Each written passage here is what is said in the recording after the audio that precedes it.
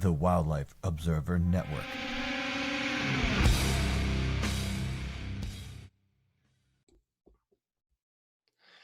All right. Hello and welcome to Wildlife Observer Gear Reviews. This is the second episode of that. The first one was with me and my friend Chris, who does birding and bushcraft, about our everyday carry. And today we're going to talk about bikes and what kind of bikes and what kind of bike gear do you want to use for observing nature via bikes.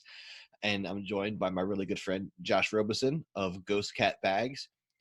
Josh is, I'm actually in the studio, which we often call the Robeson Library. And you can see above my head is a picture of an echidna that Josh, it's a block print Josh did. When the first incarnation of this studio, this library had only Josh Robeson art in it. Now it's about half Robeson art and half other things. So Josh is a very talented artist. He's also an avid cyclist, used to work in bike shops for many years, and now he has a company called Ghost Cat Bags. So we're going to talk about the best kind of bikes to use for observe nature via bicycle, with a focus on birding, of course, because it's our background. Josh and I participated at World Series of Birding a number of times on bikes. So I figured he is the perfect person to bring in on this. A lot of people, we think of bikes and birding, we'll think about Dorian Anderson. I have been in touch with Dorian. In fact, I helped. Well, actually, I found him a nicer place than my own home to put him up when he was doing his tour. I put him up at Bull's house for the night when he was traveling through Philly. I will be interviewing him, but he wants to wait until it's his book is out. He wants to, and I wasn't gonna. He wasn't gonna supposed to send me a photo of his bike rig, but he didn't end up doing that. So we'll talk about what he used a little bit when we get to that section. But just I'm well aware that he exists, and we'll get him on here. But I've done the World Series of Birding 10 times on bikes at this point. It's my preferred way to do it. So, and I don't have a car, so. And Josh has been with me for a lot of this. So I guess we'll start by talking about different kinds of bikes, and then we'll get into what we prefer and then the bags. So Josh, do you agree that no one needs to buy a road bike unless they're purely road racing, right? Is there any real reason?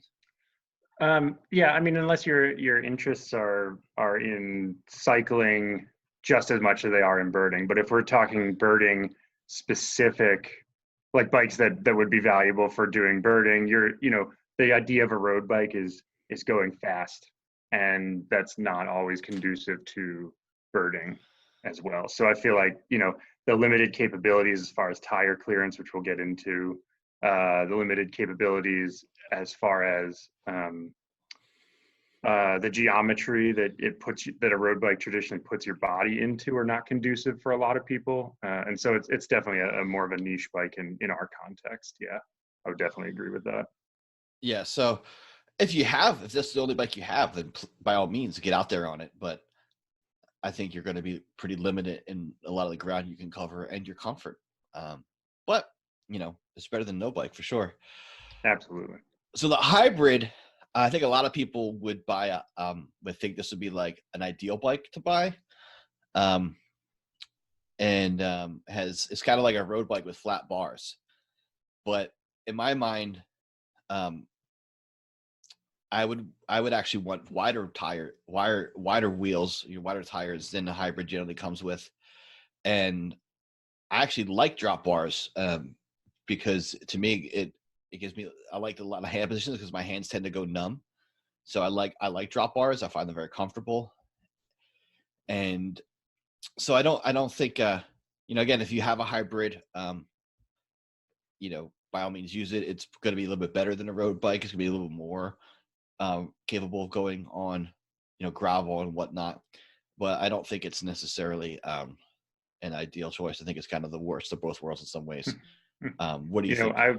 I have a slightly different opinion of hybrids, and this is coming a lot from working in bike shops. And the hybrid that you pictured there, which is the Specialized Cirrus, is like a $400 bike. Hybrids are super accessible to a lot of people, which modern, mountain bikes and gravel bikes and things like that can be cost prohibitive to a lot of people.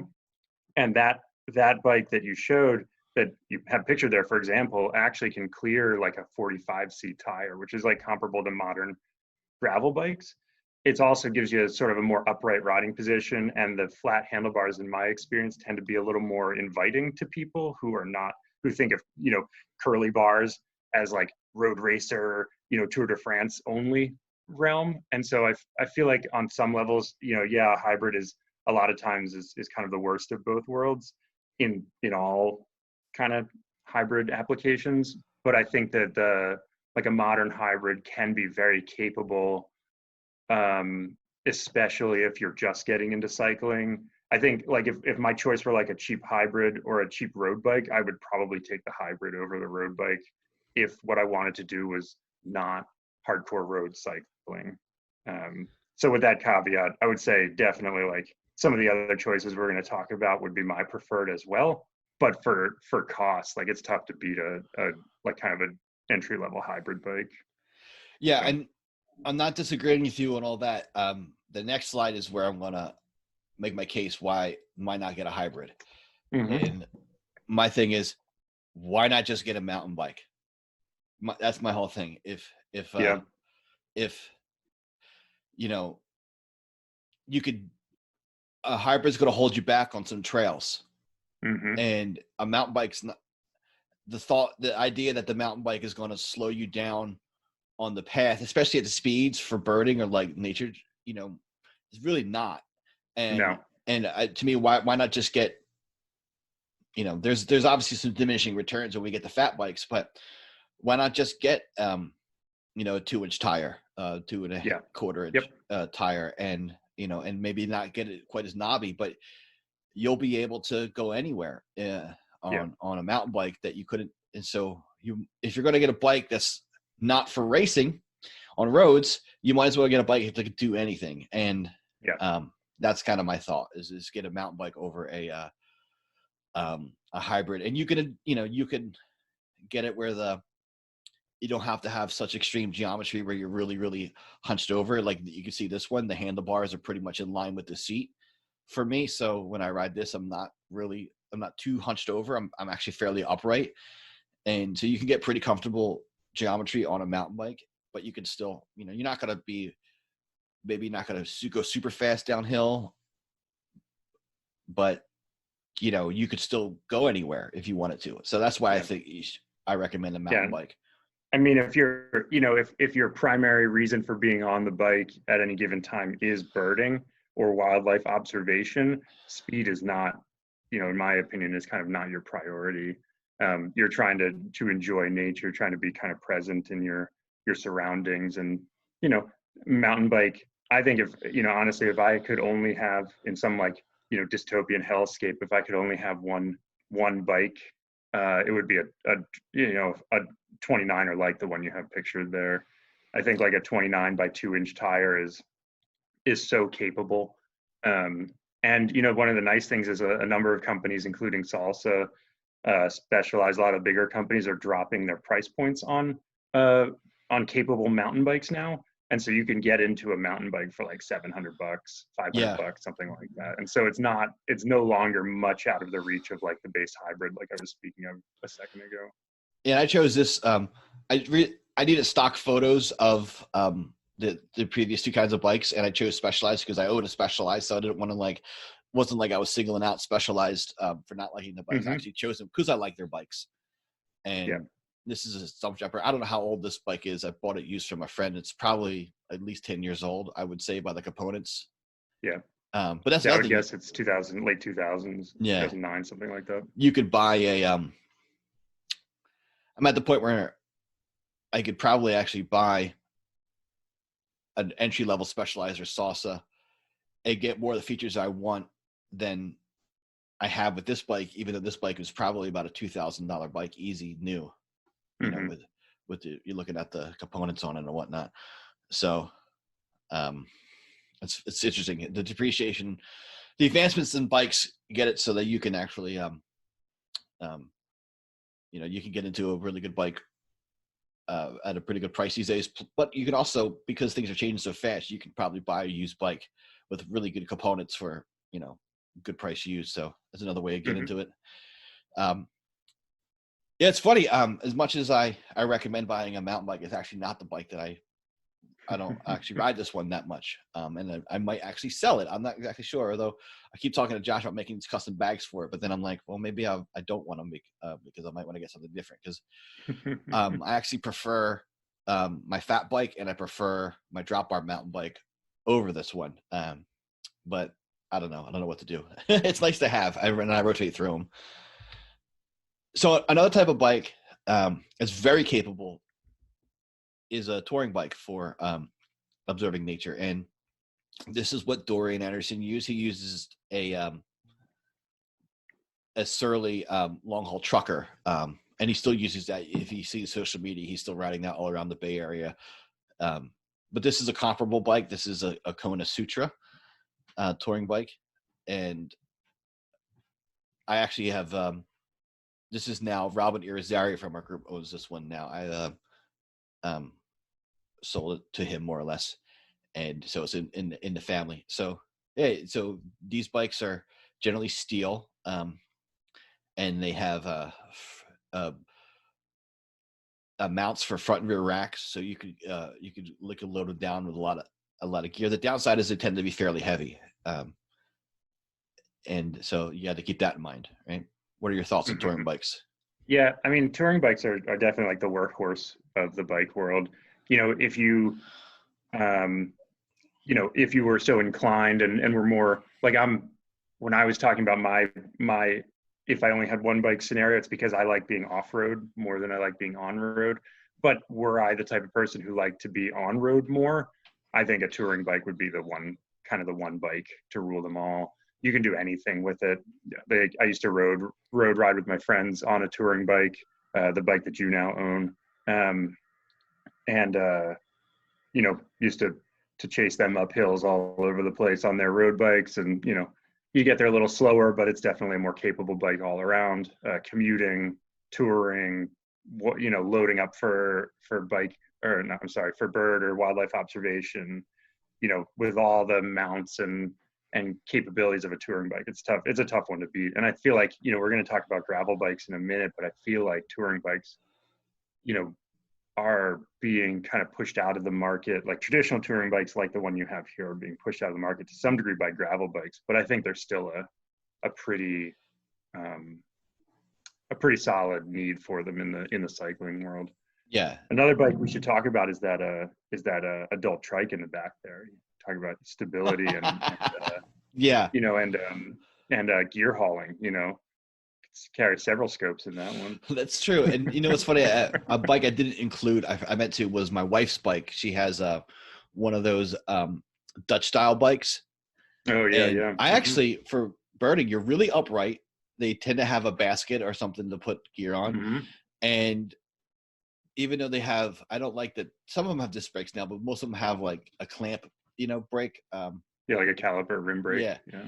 And I don't tend to like those, but if they're tuned so you can have pretty wide tires, I think there's a good, if you're just going around a loop or something, yeah, they're quite nice and comfortable. So and I'd say that's kind of in the same, I've always felt like there was a range of hybrid, from like sport hybrid all the way to like comfort hybrid, which is on like the beach cruiser end. Yeah. And Dutch style or city bikes, are all kind of in that spectrum somewhere, and all kind of will serve the same purpose for that casual rider. Yeah. But again, why I'm like, I'm not into hybrids is you might as well just, if you're not going to get something that you can go off-road, you might as well, off-road, you might as well get something that's super comfortable. Something that's more capable on-road or whatever. Yeah, or just like more capable for that really upright position. Oh, I see what you're saying. You might as well like, if you're going to get something that you don't intend to, you could ride those on a gravel path, no problem. But they're so much more comfortable. So I just, again, I feel like get a mountain bike, but if you're going to just be on like a path all the time, take it easy, then just get like a Dutch style, like, bike. It really, sure. Beach cruiser type. and really enjoy. Yeah, Yeah, I mean, you want to talk about putting a fatter tire clearance kit, like a single speed beach cruiser with like ape hangers, yeah. tassels on the handlebar, go all the way. Just saying, if you're gonna if you embrace it, embrace the Oh yeah, relax. absolutely, absolutely. So this is actually Josh and I have sold bikes back and forth a few times, and this is the same bike as the one before, but an earlier model, but it used to have the drop bars in the front rear racks. But this is set up single speed with these Jones loop bars, which I highly recommend. And I have what do you call those? A Porteur front rack? Yeah. Yep. And you could also attach panniers to it. And I really like that front. That bike looks so good. Yeah, and I've ridden this thing in a few World Series, same as the one before I have as well. And this one has won 2 of them, I think, and or maybe just one, I forget. It's participated in a few World Series. I never come in less than second place, so and it's a great bike. I have a really tiny low gear on it because I live in an extremely hilly place right now, so I kind of need that if I'm going to run to get groceries. I got to, I like this a whole lot. So you could, if you don't like the drop bars, you can actually swap them out for something. And these Jones loop bars I highly recommend. Multiple hand positions while still having that kind of upright position. It's a great way to go. It's always a Frankenbike style. You can just kind of make your own. Yeah. Oh, but now we're getting into gravel bikes. And so to me, I think there's no ever reason to ever buy a road bike. You can just put slicks on a gravel bike and it'll almost be exactly the same thing. But they have their ability to just go a little bit off road. This is the thing. It's like, why I say don't get a hybrid. If you're going to buy, I'd say if you want that more upright position, you might as well go with a mountain bike so you can go really off road. But if you want something where you're not going to go majorly off road, but you want to do some gravel roads, I'd say get a gravel bike. And there are some gravel bikes you can buy with flat bars, like but I recommend the wide set of drop bars, and you have those multiple hand positions. You can go fast, and you can see I have all these bags on it, and now they have because you could buy bags that rather than clamp bolt onto a hardware on your bike, that they have these soft attachment points. You can actually you could take a bike that wasn't meant for touring and actually do some light touring on it. So I use this bike. This has become my main bike I've used in the World Series of Birding the last 5 years. This is a Generation 1 Warbird, and they now make them out of carbon fiber. But aluminum is just fine for me. It has a carbon fiber fork. I think this is, an ideal choice for bike birding. I agree. We're going to get into it a little bit later, I think. But one of the main differences, gravel bikes kind of grew out of cyclocross bikes. And now that we're talking about it, just occurred to me that like if a cyclocross bike and a touring bike had a baby, it would kind of be a gravel bike. Yeah. Because the gravel bikes, one of the big differences and the benefits of a gravel bike over a cyclocross bike, or even a road bike for that matter, is a more upright riding position kind of built into the geometry of it. Yeah. Based on the philosophy of use of the gravel bike, which is longer days in the saddle, whereas a cyclocross bike is made for quick racing action, so it's a much more aggressive body position. So for something like the World Series of Birding, like a gravel bike would serve you way better than something like a cross bike, just in not beating you up the whole day. Yeah. And we have this is a cross bike. This is Surly Cross Check. This bike's made to be a bit more versatile. A lot of cross bikes are only meant for cyclocross racing. And so if you get a racing cyclocross bike, they're limited because this style of racing you can only have a certain width tire and certain geometry. So it kind of limits you. In some ways it was like, wow, a lot of benefits of a road bike, but not quite as heavy as a touring bike, and you can put some stuff on it. So yeah, if you have a cyclocross bike like this Surly Crosscheck does have mounts on it, and you could be a bit more versatile with it compared to purely racing one. But because of the limitations inherent to a bike designed for a racing rule set, gravel bikes are able to be more versatile, I think, in their so you can get, and we'll see in a minute, there's bikes that walk the line between mountain bike and gravel bike. So one of the nice things about like you mentioned before about like something like a Jones Loop Bar or putting flat bars on a cyclocross bike, one of the nice things that does is put you in a more upright riding position, because it brings your hand position back from the the hoods and the brake levers of a drop bar. So it puts you in a more upright position. So if you have an old cross bike that's like a more aggressive geometry, you could easily change the body position by just swapping bars out. And, you'd have to swap controls out and stuff too, but it can be done and breathe new life into a bike that you thought might be a little too uncomfortable to ride or something. Yeah. And you can see this one has, even this one that's a bit more relaxed still has the bars much lower than the seat. Yeah.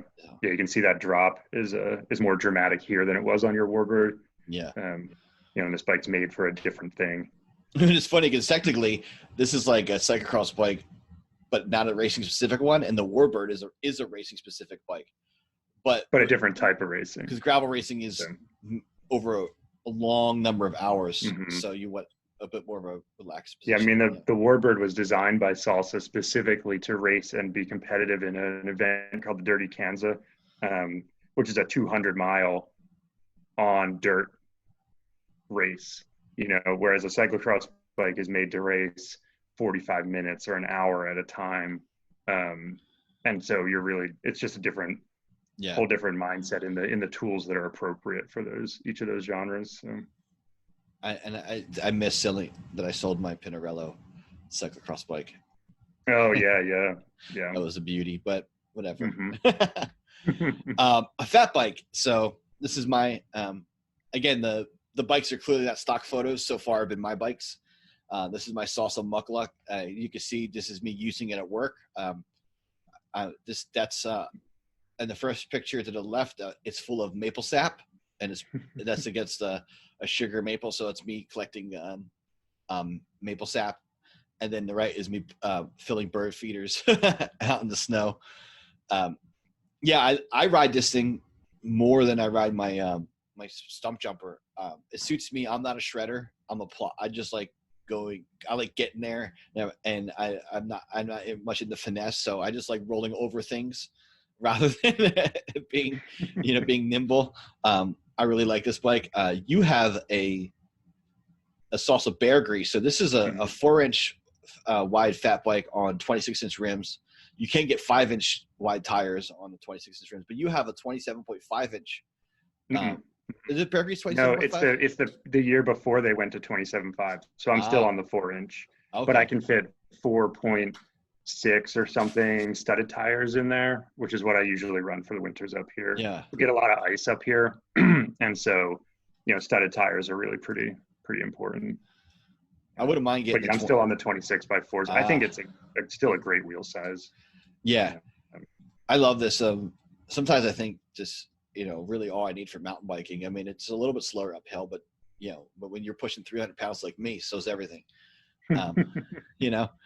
And so it's and you can ride in mud, you can ride in the pine barrens with the soft sand, you can ride along the beach looking for snowy owls in the winter, as long as you be responsible, have permission, in the right spot. But often I think sometimes I think if you're going to get a mountain bike just for mountain biking, where you're gonna, I mean, I luckily live next to a park. I don't have to put my bike onto a car. I'm literally like 50 feet from a trailhead. But if you were to be a practical person where you're not going to ride from your house to the trail, I don't see why a fat bike couldn't be your only mountain bike, So I think they're really overlooked. I think they're great. And riding in snow is just so much fun. Do you have another mountain bike besides your Bear Grease right now? Yeah, I actually have 3. I have 2 full suspension mountain bikes and the fat bike. Word. So Yeah, I can't keep track of Josh's bikes. So this is my favorite. And this is a bike I actually bought off of Josh, and because he rode it in last year's World Series of birding, and I fell in love with it. And for some reason, but got something different. So he sold me the frame before because it built up the rest of it for me. This is a Salsa Fargo. They call it a drop bar mountain bike. It's kind of the first gravel bike in some ways, right? Because Salsa Fargo predates the Warbird, right? But then the Warbird was the first first thing kind of called a gravel bike. But this is like this, what is this, like an adventure touring bike? Yeah, I mean, there's plenty of people who do traditional touring on Fargos, and they just have really wide kind of semi-slip tires. You can see, or maybe you can see on the people out there can see on the frame and fork, there are still mounts for, hard racks. But this bike was really designed to be, when the term bike packing was just kind of starting to be thrown around and people were strapping bags to their bikes instead of using racks. This was one of the first like production bikes to facilitate that, where it was designed for kind of getting out there, but not in a traditional rack setup.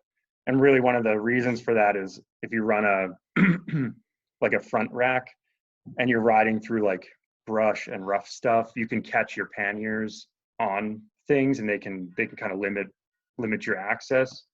But if you put all the stuff up a little bit higher and put some wider tires on there, you can really kind of get further afield, which makes it, ideal for birding expeditions, Yeah.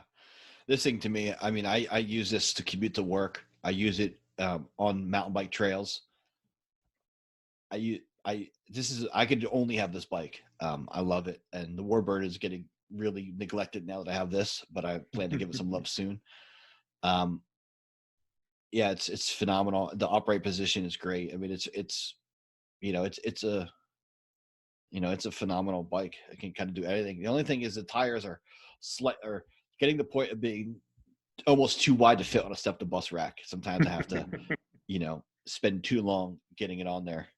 But yeah, I'm really biased towards Salsa. I like Surly's a lot too. I just think those two companies have been really inventive. They've been really innovative. And I respect, that people have taken the lead. They've really, I feel like you should always own a Salsa or a Surly, because if you certainly own a bike that's been influenced by these companies at some point, and I feel like you gotta pay respects to the OGs. For those two. I mean, they were definitely companies who were willing to try things just because they thought they would be a great idea, not necessarily because they thought they would, make money or sway a market or something. And a lot of their ideas, from like fat bikes to plus tires to, drop bar mountain bikes to whatever, has really kind of influenced. You see bits of it influencing the entire bike industry. Yeah, but that wasn't necessarily their intention, so which was great. I mean, you could trace fat bikes to Surly, right? Entirely to Surly, and then gravel bikes. Maybe other people would have come around, but Salsa definitely made the first production gravel bike. So got to. Yeah, I mean, before that, everyone was riding sort of modified cross bikes, but then they were, adding all these wonky suspension pieces to them to make them more comfortable because they were just getting the crap beat out of them over these long rides. And then, Salsa kind of blew it away with the Warbird. And same thing with this Fargo. Before this, people were trying to cram wider and wider tires on their touring bikes, and then they came out with the Fargo, and it just kind of changed the trajectory of that niche of cycling. Salsa also makes this bike in a titanium one. This is steel, but they also make a similar bike called the Cutthroat that's carbon fiber. I mean, it's not exactly designed to be a touring bike. It's more like designed for what bike packing competitions, right? And in the same way that they designed the Warbird for the Dirty Kanza, they designed the Cutthroat to be competitive in a race called the Tour Divide, or the Great Divide mountain bike race, which goes on the Continental Divide across the Rockies, from Banff, Canada to Antelope Wells, New Mexico. And so, every year, if you look at the range of starters for that race, I'd say a good 25 to 30% of them are on Cutthroats. Yeah. Because it's just such a capable bike. Yeah, I want to get one. Yeah. And one of those I'll put even wider bars on. Yeah. So yeah, we talk about drop bars. Now they make drop bars and almost as wide as flat bars. So I actually just mounted a pair. I made while we're talking about drop bar mountain bikes, I just yesterday or the day before wrapped up my conversion of a full suspension drop bar mountain bike that now has 52 centimeter wide bars on it. I was thinking of you when I was putting them on. I think there's some pictures of it. It's a giant, right? Yeah. Mm-hmm. Yep. Some of the photos that I sent you are of that bike. Yeah. So now so speaking of bags, there's a bag on this bike. There's a frame bag on this bike made by Ghost Cat Bags, which is Josh's company. And so now we're going to talk a little bit about how bags have transformed what you can do with bikes. So there's me. Here's my setup on my Warbird. That's my Nikon mini scope on a small tripod. I have and I put that in a handlebar bag. So that's just showing me, I'm at the sewage treatment plant looking at swallows in the winter. Total pro. Yeah. There. And I got those are 510 shoes, which I think are phenomenal choice. And this is me participating in the World Series of Birding. And to the left of me, that's Jeff Gordon. He's the president of the American Birding Association. So we compete this together. We both have sauces. He has a sauce of Via, which is a kind of like a light touring / gravel bike. It's like a hybrid of the two. Mm-hmm. And so it's a similar bike to the Warbird, but not made it gets to carry a little bit more gear. But it's made of steel. Mine's aluminum. So you see us outfitted for the World Series of Birding. We both have frame bags made by Revelate. And that's my alarm, just because we should be done in 10 minutes, I think. Mm-hmm. This is Bull and Katrina. They're both riding touring bikes. Bull is on a 90s Cannondale, and Katrina's on, I think, a late 80s, early 90s Bridgestone touring bike, which is that Bridgestone is so nice. Yeah, it's a legendary touring bike. And that setup too with that porteur rack, that is a clutch setup right there. Yeah, a very when she first, I almost like mansplained to her when she rolled up. I was like, you know what you have here, right? And she's oh yeah, I know what I got. Yeah, I was like, yeah, and because the guy from Bridgestone went on to form Rivendell, right? Mm-hmm. Yeah, mm-hmm. So yeah, that is a classic bike. Yeah, and super capable. Just a really nice bike, steel bike from that era. So here's one of your bags on Bull's bike doing a World Series of Birding, and you can see that you taking binoculars out of that bag. Now, is this the Lola? Is this the bag designed for binoculars, or is this just a handlebar bag? No, that's the Lola. Yeah. Yep, Lola named after a supreme feline. Yeah, that we know and love. So all of your bags are named after a deceased cat, right? Mm-hmm. And so this bag happens to be named after my old cat, Lola, because it's a binocular bag. Yeah. So here's a roll system that you made, so you can carry like a tent or dry bag. Yeah. Whatever. Yeah. Now, did you make the dry bag as well, or is this? That dry bag I did make. It was, I wanted, I had like a smaller dry bag, but I wanted to carry a little bit more gear, and it had occurred to me and been suggested that I just make a dry bag to offer with this product. And this is still a prototype. I'm waiting for some hardware to be manufactured for me. But I just, before we went down to Florida this past February, I just whipped up a dry bag real quick, and it worked out fine. So probably that will be available as well at some point. Fantastic. Yeah, I made it so that, you know, there's so many people who just have dry bags already from hiking or from, you know, kayaking or whatever. And I feel like why sell somebody a dry bag if they already have one sitting around, Right. and they can just use it. And, you know, tents all come with bags, and Yeah. sleeping pads roll up into tubes anyway. So just need something to hold it all together. I often this is where I often keep my tripod and scope. Mm-hmm.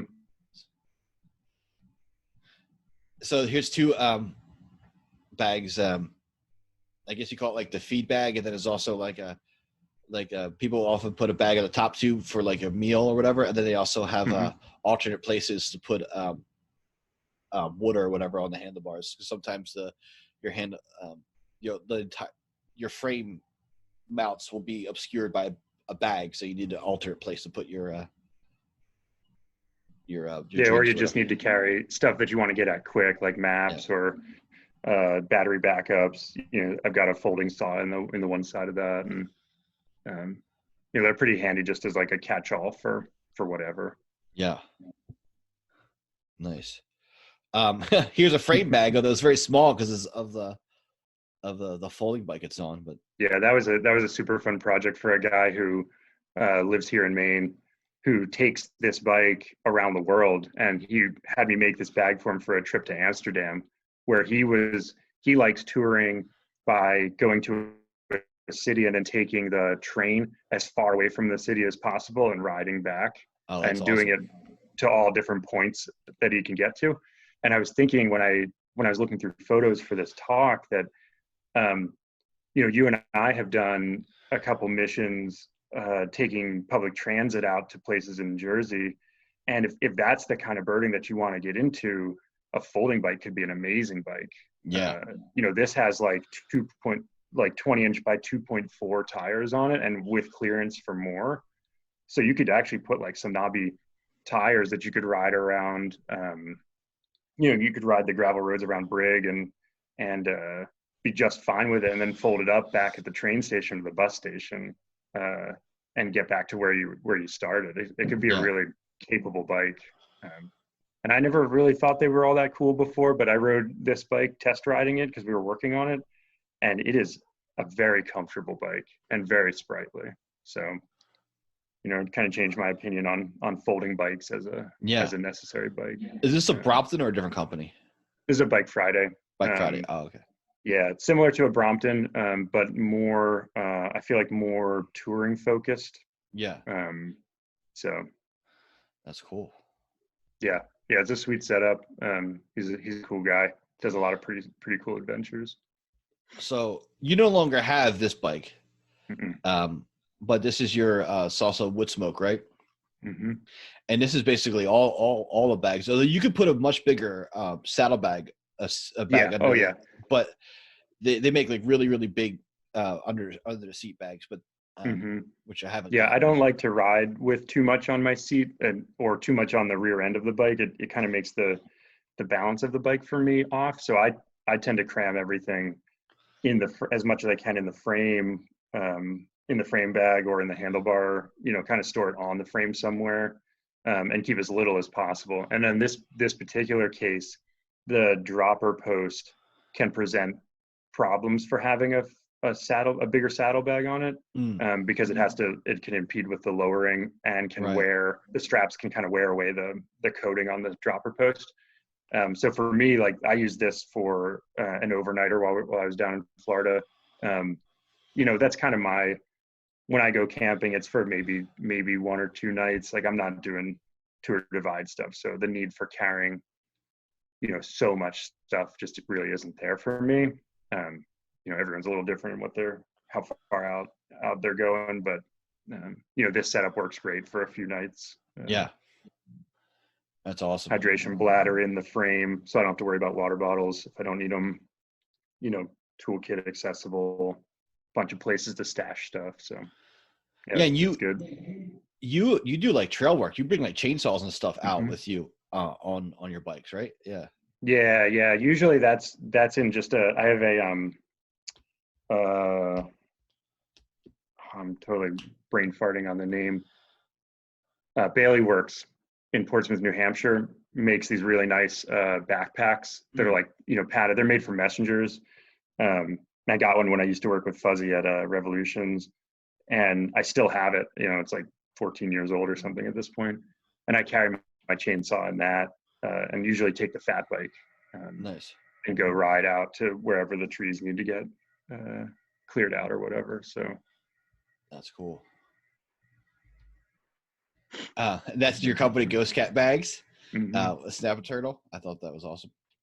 And yeah, that's it. So we've been talking about birding, but I'm actually finding going out and herping with the bike is super exciting also, especially this time of year, because there's so many vernal pools and that you find on all the old ATV trails, and you can catch and chase frogs out there, and look for snapping turtles and snakes. And there's just so many old woods roads up here that this stuff just I just rode, and this guy was just sitting on the trail. It's pretty awesome. I chose to end with this guy. I forget his name. We actually interviewed him briefly for the Urban Wildlife podcast. This is in Cairns. A lot of people call it Cairns, Northern Australia. He's doing a survey of Teresian imperial pigeons that traditionally used to nest on like islands and mangroves offshore, but now have taken the nesting in the city of Cairns. And so he's doing surveys for those. I thought that was cool. I just ran into him on the street and interviewed him. But this is showing you, any bike, whatever you have. I mean, this is a decent bike. This is kind of like a, I guess it's like a hybrid kind, or really that's what I would call it is a that type of hybrid, like a suspension forks, generally known as a dual sport, for whatever reason. But it's kind of like a hybrid and a mountain bike had a baby. Yeah, and that's what came out. A little less tire clearance, a little more upright geometry, but still front suspension, disc brakes normally. Very capable. And a little bit wide. And the tires are a little bit wider, so you can do a little bit trail routing with that thing. Oh yeah. Not as much as a true mountain bike, but the componentry, the frame geometry and stuff like that won't be as capable either on a trail. But you could definitely get off road with that a little bit. I think we're approaching the Zoom limit. But to finish up, I guess in summary, any bike is better than no bike. And these bike bags could really turn whatever bike you have, even if it's not a bike with racks, into something you can carry a significant amount of gear off road, or anywhere for that matter, to get to where you want to, your field guides, or your optics, whatever you're using. In your case, even tripods, you can really you just got to be creative about it, and you can figure out if there's a will, there's a way kind of thing. Well, those Portour racks, those big front flat racks, fantastic. You could haul anything on those. Mm-hmm. So that's something you can never go wrong with that. I gotten so much groceries, on those, carrying giant bags of bird seed or whatever. So good stuff. So to get a hold of, how's the best way for someone to get a hold of you for your bags? It's for you. Bag. That's for me? Oh, you're the man. That's gorgeous. So yes. What's that? Oh, I said it's gorgeous. As the caretaker of the cat whose name this product has, you're entitled to one yourself. That's awesome. Send that out to you. Send it out to you here in a day or so. The thing is my cat now who's ill, Shamu. Could you even make a bag in his honor? Because the name is probably copyrighted, right? I don't care. I have a project that I've been wanting to work with you on, which is like a sort of almost stiff-sided dry bag that you could use as like a holster, like a quick draw holster for like fork mounts. Yeah. And that would, I want Shamu to live comfortably and as long as possible, but I have I think a fitting memorial planned for him. That's when lovely. The time comes. Yes. So. But then, we don't want to impede the release of the product if Shamu's still alive and kicking either. No. He's doing well enough to drive Angie crazy, because we've been assuming he's dying, so we kind of giving him whatever he wants, and now we think he's stable. I don't know what he seems to be stable, if not improving. And now he just expects us to give him treats every time we're in the kitchen. So I've created a complete, begging monster now. So, but he's adorable. He was down here a minute ago. So yeah. So Ghost Cat Bags. Do you have a website? Or is it just on Instagram right now? Yeah, ghostcatbags.com. At Ghost Cat Bags on Instagram. We're on Facebook as well, although I don't update that nearly as much. But yeah, check it out. Hit us up. We do a lot of stock stuff, but I love doing custom stuff. So if anyone has, zany ideas of how they want to carry gear on their bike, I'd love to hear that too. So, don't hesitate to reach out if anyone's interested. Awesome. Well, thanks so much, Josh. We'll talk more. The World Series of Birding this year is a little different, so I'm not sure exactly what's going to happen.